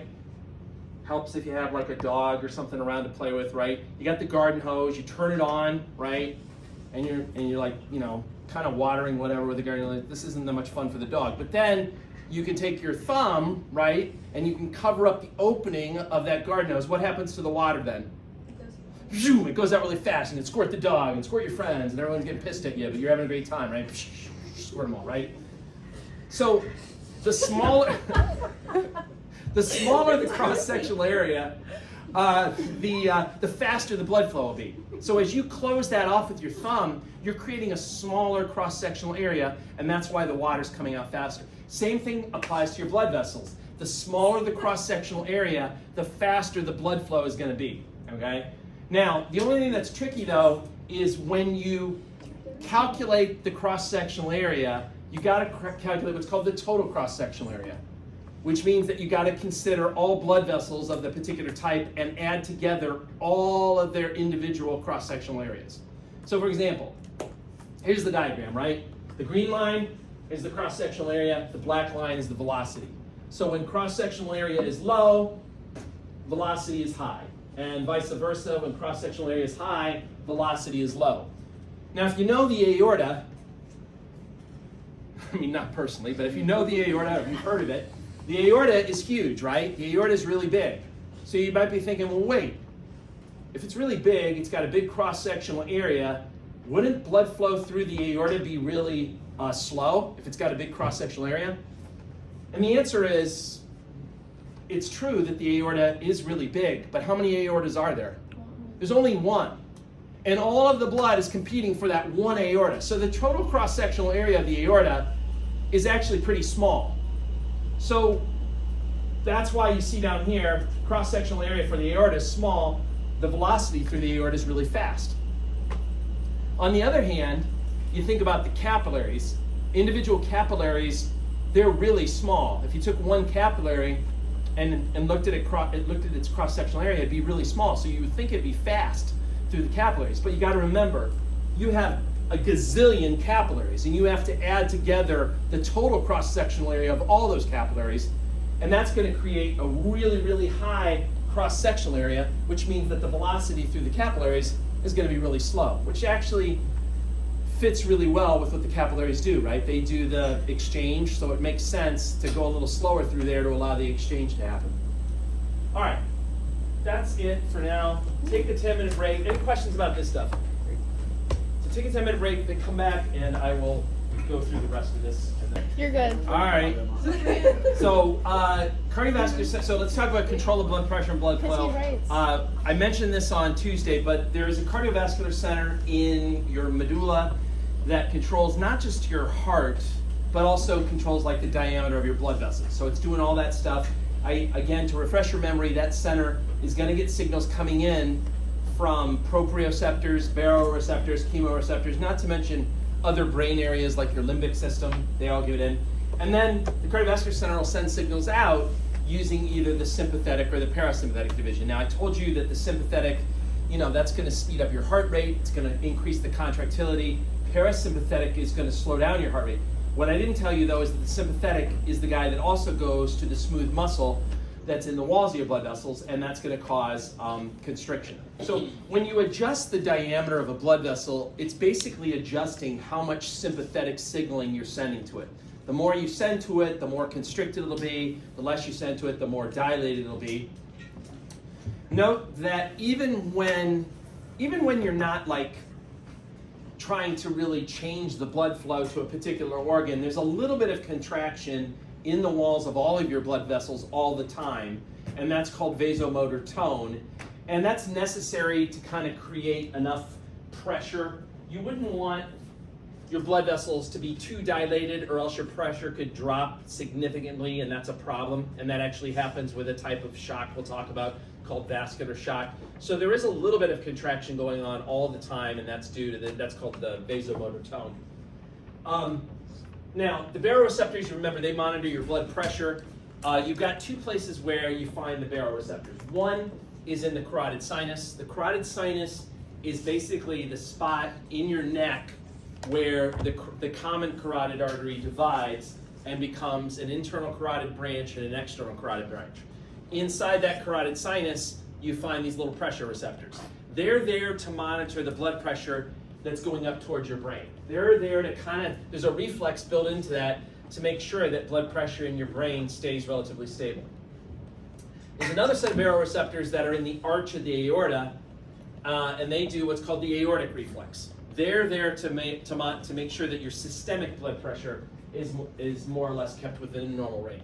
So your general blood pressure out to the rest of your body is dependent on this aortic reflex that's due to baroreceptors that's in that arch of the aorta. So for example, if your blood pressure dropped, right? Let's say you lost some blood. You were in a trauma situation, you lost some blood, your blood pressure drops. What's going to happen? Well, those baroreceptors, they would detect that. They'd be like, oh my God, your blood pressure went down.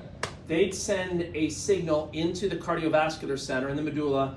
The medulla would be like, oh my God, we got to bring the blood pressure up. What are we going to do? It's going to do a couple of things. It's going to send sympathetic signals out to your heart.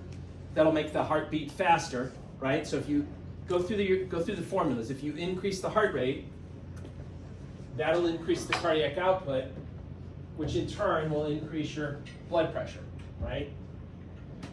It's also going to send signals out to the sympathetic that are going to make the contractility, the squeezing, go up. If that goes up, that'll increase the stroke volume, which will increase the cardiac output, which will then increase your mean arterial pressure. That's why you got to have a really good handle on all these different formulas. And then lastly, it'll promote vasoconstriction, and that's going to go actually straight to this and increase the resistance. If that increases, that's also going to increase your blood pressure. So they're all mechanisms there, and this is just the diagram of that. They're all mechanisms there to basically raise your blood pressure. It's a negative feedback system.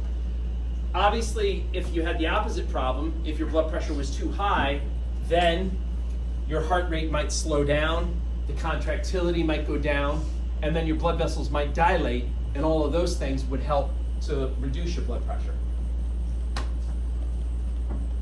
You also got chemoreceptors that monitor chemicals that are in your blood. There's a couple main chemicals that are being monitored: oxygen levels, carbon dioxide levels, hydrogen ion levels, which basically gives you your pH, right?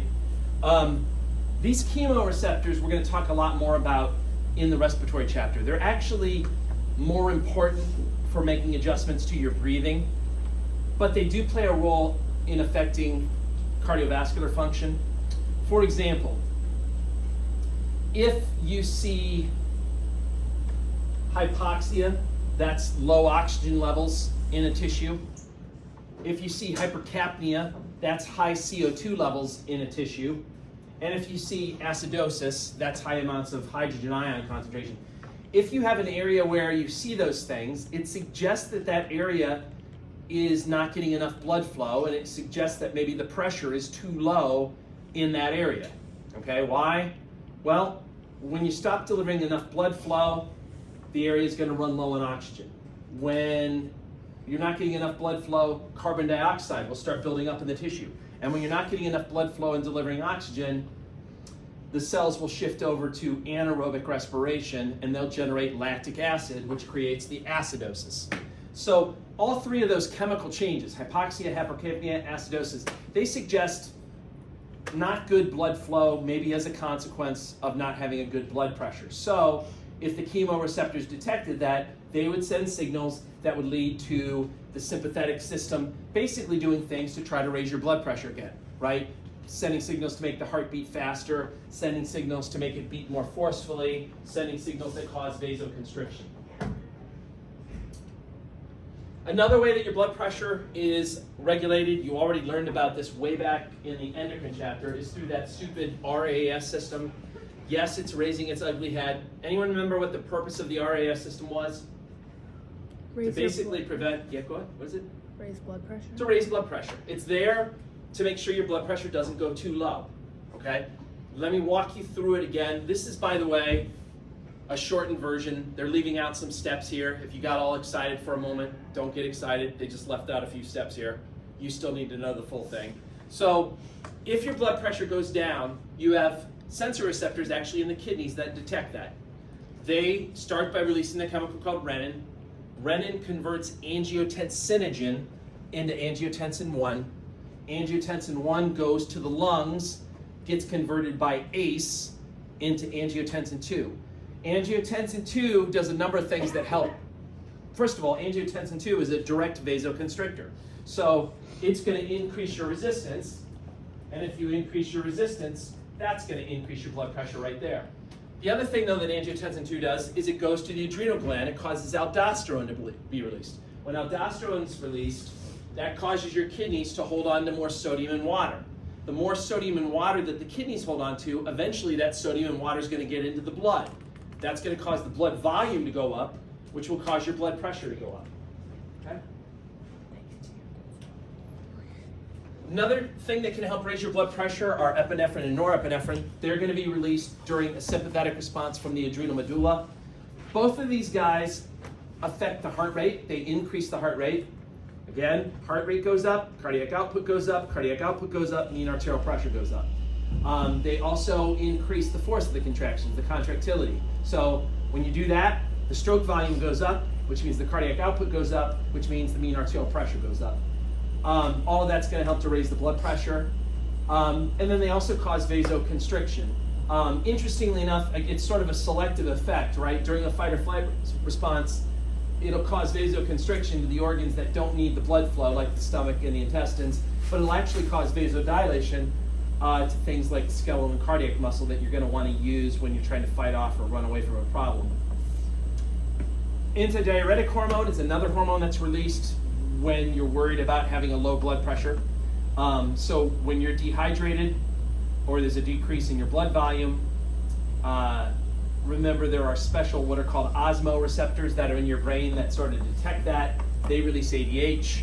You stop peeing, and that water that you would have peed out ultimately ends up going back into your blood, and that's going to raise your blood pressure. Okay? The oddball of all these different hormone things is this guy, right? The other guys that I just talked about, all those other guys were all about trying to raise your blood pressure. But what if your blood pressure is already too high? That's when you release atrial natriuretic peptide. Remember, if your blood pressure is too high, it's going to stretch the walls of the atria of the heart. They're going to respond by releasing ANP. ANP, number one, is a direct vasodilator. So ANP is going to cause the resistance to go down, and that'll reduce your blood pressure. And then ANP also goes to the kidneys, and it kind of does the opposite of aldosterone. It's going to cause you to get rid of sodium and water in your urine. That's going to make your blood volume go down, which then makes your blood pressure go down. Okay? One more way that you can control blood pressure is through autoregulation. Autoregulation is kind of allowing each individual organ or tissue to control its own blood flow. Okay? You have reflexes built in to keep your systemic pressure normal. Like you have that aortic reflex that's there to prevent your general pressure from going too low. And during that aortic reflex, there's going to be a lot of vasoconstriction going on throughout the body just to try to keep your general blood pressure up. But if you vasoconstrict too much to an organ, it won't be able to get enough blood supply. So autoregulation is kind of a way for an individual organ to override the general signal and basically like raise its hand and say, look, I still need some good blood flow. Can I at least dilate my own blood vessels so I can get good blood flow? All right? That's what's happening here. How does autoregulation actually happen? Well, or what like stimulates it? Oxygen is usually a big stimulus for it. Specifically, not having enough oxygen will cause that organ to basically like raise its hand and start releasing local hormones that'll dilate the blood vessels going to it so that it gets more blood flow. What kind of chemicals are we talking about? There's two main sort of hormones that act in a paracrine manner to change blood flow, and they usually come from the endothelial cells. Okay, again, the endothelial cells are the cells that make that inner lining. And one of the, well, actually, you might have heard of both of these in the chapter 18, the endocrine chapter. First of all, there's nitric oxide. That's a vasodilator. And then there's another one called endothelin, and that's a vasoconstrictor. So these are little hormones that can be released. They act locally to kind of affect blood flow to a particular organ or tissue. All right. Is this the last? No, I still got to talk about shock. All right, it's a long lecture. All right. Checking pulse, checking your circulation. Again, the reason why you can feel a pulse is because the walls of your blood vessels are stretchy. They're elastic. So when the heart contracts, you can feel those pulsations, in different areas of the body. The closer you are to the heart, the stronger the pulse is going to be. So, the pulse that's in like your neck where the carotid artery is, that's pretty strong. So is the one that's like in your wrist. What's that one that's in your wrist? The radial pulse, right? That's still pretty strong. Even your femoral artery pulse that's kind of in your groin, that's pretty strong. But as you get like down to your feet, where like the dorsal pedis pulse, that's a lot weaker. That can be harder to find sometimes. In terms of normal pulse, normal heart rate is usually 70 to 80 beats per minute. If you're over 100, that's called tachycardia. And unless, of course, you're a newborn, right?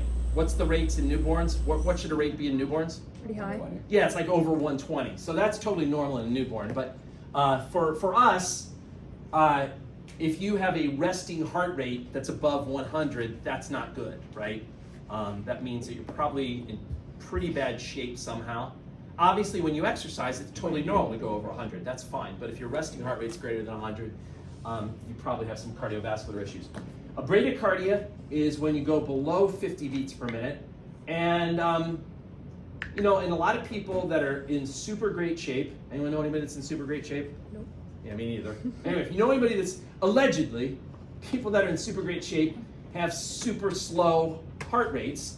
Again, why do people that are really in shape have super slow heart rates? Because he empty out the reserves. Yeah, they empty out the residual volume, right? They get so much stroke volume. They get so much out of one squeeze that they don't have to squeeze as many times per minute, and they can still get a good cardiac output, right? Measuring blood pressure is done with a device called a blood pressure cuff, or if you want to be a snob, it's called a sphygmomanometer. I know, it's hard. I always mess up. That's one of those things that you use, like, right? That's one of them things, yep. Sphygmomanometer. It's easier to just call them one of them things. Give me that thing, but I supposed to have to say it. It's too tough. What do you say, a sphinctomanometer? Anyway, so the various sounds that are heard when you listen with the stethoscope, some guy just couldn't miss the opportunity to attach his name to this. They're called Korotkov sounds. So how do you do this? Well, you put the cuff around someone's arm, right? And you have your stethoscope positioned over their brachial artery, the other end in your ears, you're listening. And then you inflate that cuff. And what you want to do when you inflate the cuff is you want to aim for a pressure as you're looking on the dial that you estimate would be about 20 millimeters of mercury higher than what you think their systolic would be. I mean, obviously it's a guess, but like a normal systolic is about 120, which means that you should try to get the cuff pumped up to at least 140, okay? Then what you do, so when that happens, that's gonna block off blood flow. So no blood's gonna be going through the brachial artery, so that when you listen, you shouldn't hear anything. You gradually release the pressure in that cuff, it becomes looser. Now at some point, the pressure in the arteries is going to be enough to overcome the pressure in the cuff, and blood will start squeezing through the blood vessel. Now, the cuff is still on, so it's still providing some pressure, but because the blood can squeeze through, it creates turbulence that you can actually hear when you listen with the stethoscope. So the first point where you first start hearing the sound, as the blood's just starting to squeeze through, you should write that down. That's going to be the systolic pressure. As you continue to deflate the cuff, so long as there's some resistance, but so long as the blood can squeeze through, it'll create turbulence that you can actually hear. So as you're deflating it through this area, you should continue to hear a sound. But at some point, the cuff is going to become so loose that there's no resistance to the blood flow at all, and there's no turbulence. And at that point, it'll stop making a noise, and you write that point down too, and that's going to be the diastolic pressure. Okay? Sometimes they talk about the pulse pressure. The pulse pressure is the difference between the systolic and the diastolic pressure. So you just simply subtract the diastolic from the systolic, and that gives you the pulse pressure. And it should be about 40 millimeters of mercury, somewhere around there. There are different conditions that can cause what's called a narrowed pulse pressure, if it's like less than 40, or a widened pulse pressure if it's greater than 40, but I'm not going to get into all those conditions. It's just there are some medical conditions that can, in other words, there's some that can cause those numbers to be a little closer together. There's one that can cause them to be farther apart. They don't do that method no more. Like they don't actually like hear like the pulse. They just have like a machine. Some people do it old school. No, you're absolutely right. No, a lot of people have just converted over to using machines, absolutely. But there's some people that still like listen for it. Yeah. They're called losers. No, I don't know what they're called, but there are some people that still do that. Shock and homeostasis. So shock is basically your cardiovascular system's not doing its job. It's not delivering enough oxygen and glucose and nutrients to meet the demands of your body cells. And your body cells get pissed, right? They need their oxygen, they need their glucose. If you deprive a body tissue of oxygen and glucose for a short period of time, that cell will start acting screwy and do weird things. If it's like a neuron in your brain, you'll start acting screwy with mental status changes and things like that. But if you deprive a cell of oxygen and glucose for too long, it'll just be like, screw you, I'm gonna die. And it'll just die on you, okay? So that's essentially what shock is, not getting enough blood flow to your tissues to meet their demands. 4 types of shock. Hypovolemic, what does hypo mean? Low. Less. Yeah, less or below, and volemic means volume. So remember, you should have about 5 liters of blood. If you are in a trauma situation and you lose a lot of blood, you lose like 2 liters of blood, you're down to 3 liters, you'll probably go into hypovolemic shock from that, okay? Cardiogenic shock means that your heart is to blame. Maybe you've had a previous heart attack, and wherever that damage was, it's still there. Great news is you survived the heart attack, but that area where you damaged, that myocardium is no longer functional.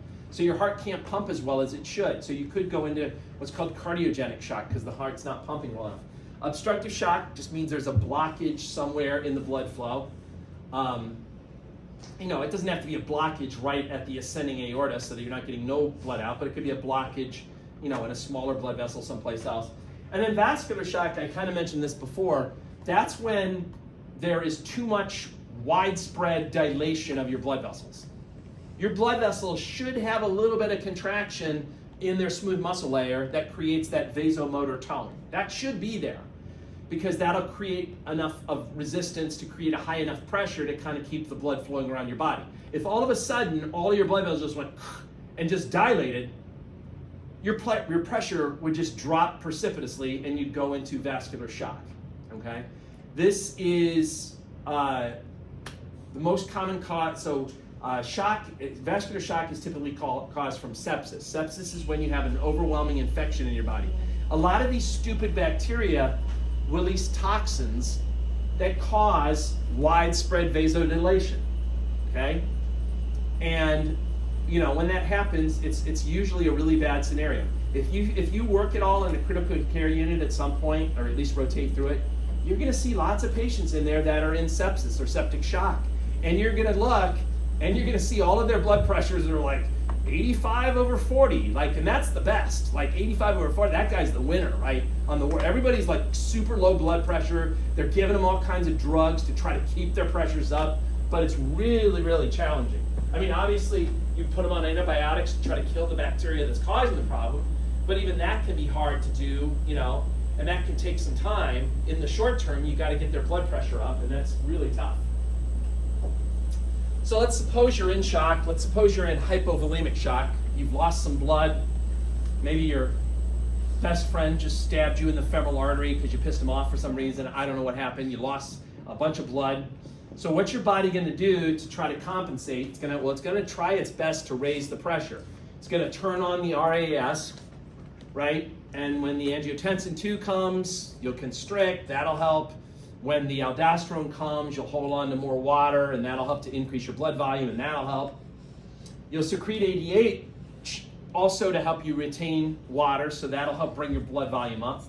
You'll turn on the sympathetic division, right? That'll increase your heart rate. That'll increase your stroke volume. Both of those will increase your cardiac output, which should then increase your pressure. Keep in mind, though, remember, while you're trying to kind of keep the general blood pressure up, there may be some vital organs that don't like having their blood vessels constricted. So they're going to raise their hand and do that auto-regulation deal where they release things like nitric oxide to try to keep getting good blood flow to them, right? They're like, wait, don't forget about me. I need some good blood flow, right? What kind of symptoms are you going to see?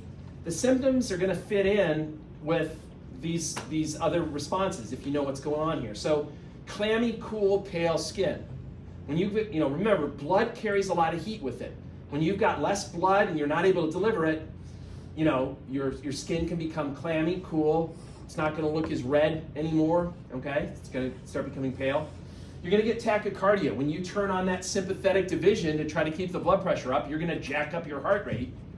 And that's but the pulse itself, if you feel their pulse, it's going to be hard to find their pulse simply because they don't have enough blood volume. But if you do find their pulse, it's going to be very fast, okay? So a very rapid, weak pulse is a key sign. They're going to sweat. Somebody in another class asked me, how does sweating help? And wouldn't that be a bad thing to sweat because then you're losing even more fluid? And the answer is it doesn't really help. And yes, she's right. It would kind of decrease your fluid, but that's just a consequence of turning on your sympathetic division. You start sweating when you turn on your sympathetic division. Hypotension, again, your body's trying all it can to keep your blood pressure up, but if you lost 2-3 liters of blood, it's going to be really hard, and you're going to probably have a systolic pressure that's under 90 or maybe even lower, all right? You'll see. Wait till you're in the ICU. You'll see, you'll be like, oh my God, that person's still alive. It's 60 over 30. I mean, it's crazy how low they go. It's fun, though, to try. See how low they can. No, I'm just kidding. Don't do that. Decreased altered mental status. If you don't deliver enough blood flow to your brain, you're going to start acting a little screwy. And then decreased urine output. That's going to be due to the aldosterone being released, the ADH being released. Thirst. Remember, when your blood becomes dehydrated, you have osmoreceptors that cause you to release ADH, but those osmoreceptors, they also stimulate thirst centers. That'll make you be like, I need some water, right? Just watch some old war movie where some guy's just gotten shot in the leg and they're bleeding out. They're always on the battlefield give me some water, get him water over there. They're giving him water and they know he's gonna die and he's saying, and then he makes some profound comment and then he just works out and dies, right? Acidosis, that's gonna come when you can't deliver oxygenated blood, your body cells switch over to anaerobic cellular respiration, and as a consequence, they generate lactic acid, and that's going to acidify things. All right, that took forever. I apologize. I know it was a long lecture. Now, in the remaining time, we don't have a hell of a lot of time left, but take a look at those models if you haven't seen them yet. Glance at those, and then in a moment here, I'm immediately going to have to start the review. Okay. Hopefully there'll be some. Anyway, you got these two divisions of your circulatory route: the pulmonary circulation and the systemic. Pulmonary is all about taking deoxygenated blood, pumping it up to your lungs to pick up oxygen. That's powered by the right side of the heart. Systemic circulation is about then taking that oxygenated blood, pumping it out to the rest of your body. That's done by the left side of the heart. Here are the arteries that you learned last week in class.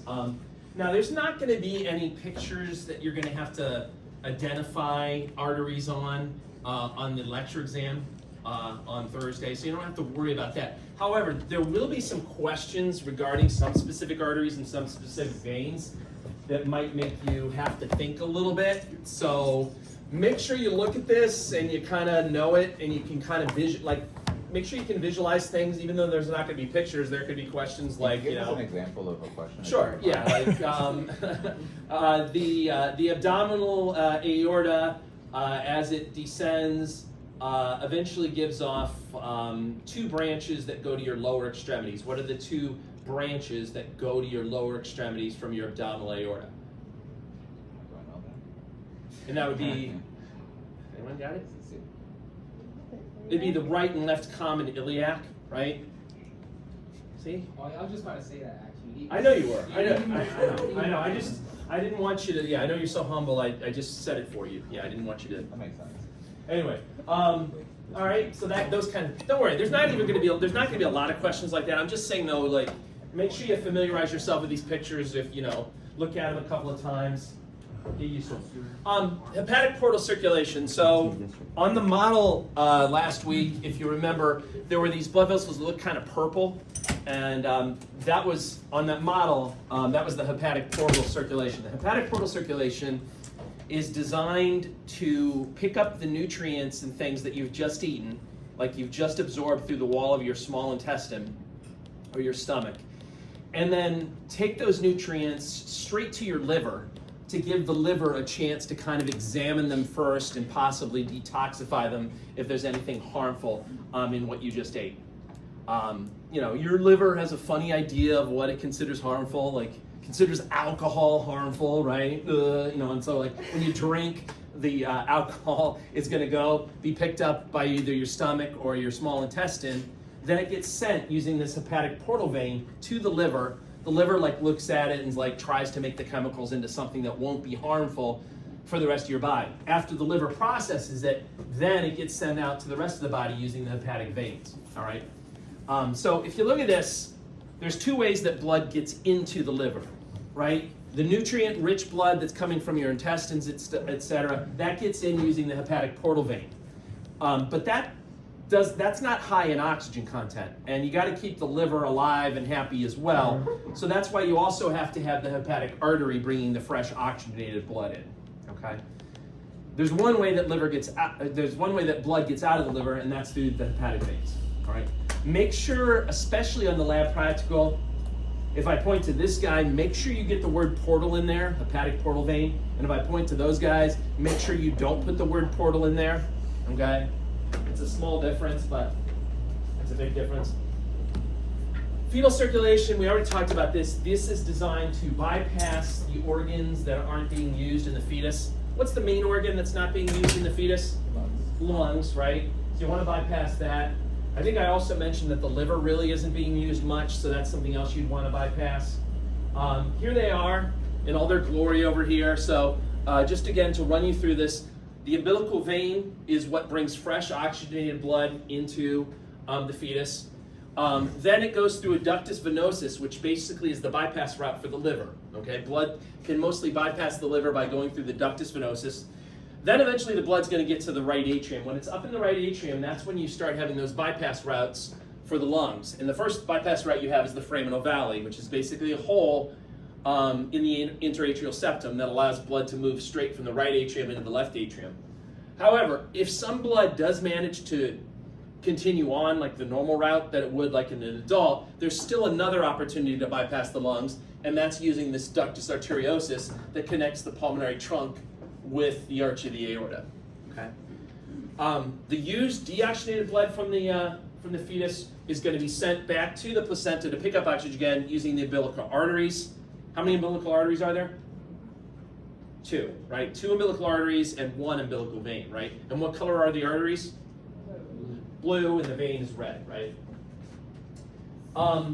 Now, you may be wondering, or maybe you didn't care enough, but you might be wondering, like, okay, so when the baby's born, do those bypass routes, do they just immediately close? Like, is there suddenly like this massive mitosis of the cells that are there? And do they suddenly just fill this in with tissue right when the baby's born? And you probably thought that didn't make sense. Like, how could it just happen like that quickly? And you're right. It actually can take a couple of days for the tissue to grow in. But functionally speaking, blood will start going up to the lungs simply because when the baby takes its first breath and clears out that amniotic fluid and all that other junk, there's a big drop in the resistance that's in the pulmonary arteries and all those pulmonary blood vessels. And once that resistance drops, then blood will start going up to the lungs. Even though the bypass routes, the foramen ovale and the ductus arteriosus, they haven't physically closed themselves off yet. They haven't grown the tissue to physically close themselves off. Blood will start going up to the lungs simply because of this drop in resistance. Okay. These are the names of what the things change into, so make sure you know this. Definitely know this stuff for the lecture exam, but it'll also raise its ugly head on the practical too. So learn it once, learn it well, and then you can like show off your knowledge like twice, right? So the umbilical vein, when it closes, it's going to become the ligament of teres, or there's another name for it. Anyone remember the other name for it? It's called the round ligament, was the other name for it. Ductus venosus, when it closes, becomes the ligamentum venosum. Foramen ovale, when it closes, becomes the fossa ovalis. Ductus arteriosus, when it closes, becomes the ligamentum arteriosum. And the umbilical arteries, when they close, they become the medial umbilical ligaments. Blood pressure problems. So the fancy name, it's not that fancy, for high blood pressure is hypertension. It's the most common disorder affecting the cardiovascular system. It's a major cause of atherosclerosis, right? Atherosclerosis is when you have the buildup of cholesterol and other junk in the walls of your blood vessels, and that makes the lumen of the blood vessel smaller and makes it harder for blood to pass through, obviously. And then, you know, all it takes is a clot to form, and then you get a complete blockage, and you're not able to get blood past it completely, and then the cells that are downstream from there are going to die because they're not getting enough oxygen and glucose to meet their demands, right? Atherosclerosis can happen to any blood vessels in the body, but obviously it's really devastating when it happens to the coronary blood vessels or when it happens to the carotids, because those are going to set you up for, a heart attack and for a stroke, right? Now, the reason why hypertension leads to atherosclerosis is because your blood vessels are designed to work at certain pressures. And if you're constantly exceeding those maximum pressures, it damages the lining, the inner lining of those blood vessels. And as they become damaged, cholesterol and other junk will start to get deposited in the wall, and next thing you know, you've got like atherosclerosis. So high blood pressure is categorized as below: normal, pre-hypertension, stage 1 hypertension, stage 2 hypertension. Now, what I'm going to tell you is I'm going to tell you to know this table for the exam on Thursday. There'll be maybe, not a lot, but I'd say one question from this table probably, okay? However, I'm also going to tell you that this table is a little bit outdated. Like recently, in the last few years, they readjusted this table so that the cutoffs for what's considered like stage 1 hypertension, it's actually lower now. I think it's like, I want to say it's 130 now as the cutoff. They did that because they wanted to try to catch people earlier on in the disease process when they could, before they had like damage that could lead to atherosclerosis. So they're trying to catch people early, so they lowered the cutoffs on all these things. But for your purposes, go with this table, okay? I just need to change it and update it. This class is gonna be so awesome like in a few years when I change all these slides. Oh well. Now, far worse, everyone's else hating on hypertension. Hypertension, you got hypertension? No, here, take these drugs. Far worse than hypertension is hypotension. That's when you don't have enough blood pressure to keep the blood flowing around your body. Remember, pressure is what makes blood flow. And if you don't have enough of it, you're going to have problems sending the blood around your body, which means that organs are going to be deprived of oxygen and glucose, and you're going to go into shock, okay? Yeah, again, you don't see a lot of people walking around talking about hypotension, but I guarantee you, if you ever spend any time in a critical care unit, intensive care unit, you're going to see a ton of patients there that have hypotension, and they're all getting intravenous fluids, they're all getting drugs to try to keep their blood pressure up. You're going to see like crazy low pressures if you ever go to like an intensive care unit. All right, any questions about any of that stuff? So if you had to pick between low blood pressure or high blood pressure, High blood pressure is what I pick. that better? Yes. Yeah, I mean, it's still not, high blood pressure won't kill you right away, right? You got time to work with it and try to fix it and, whatever. Low blood pressure can kill you. Like, if you don't have enough pressure to keep the blood flowing, you can die from that. What are like, so at high blood pressure, there's things like outside like actual medicine that people could do, like exercise and whatnot? Yeah. How about like low blood pressure? What could you do like for yourself? For low blood pressure, staying well hydrated is a big thing. Like, make sure you got enough fluid in your system.